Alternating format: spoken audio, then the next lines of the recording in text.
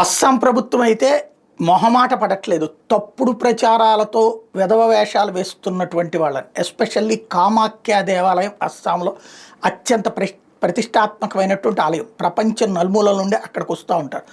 కామాఖ్య దేవాలయం దగ్గర జంతు బలులు సహజంగా జరుగుతుంటాయి. కానీ మొన్న ఒక ప్రచారం తెర మీదకి తీసుకొచ్చారు. మానవులని బలిచ్చారు, పసిబిడ్డని బలిచ్చారు అన్నటువంటిది ఒక ప్రచారాన్ని తెర మీదకి తీసుకొచ్చింది CNN News 18.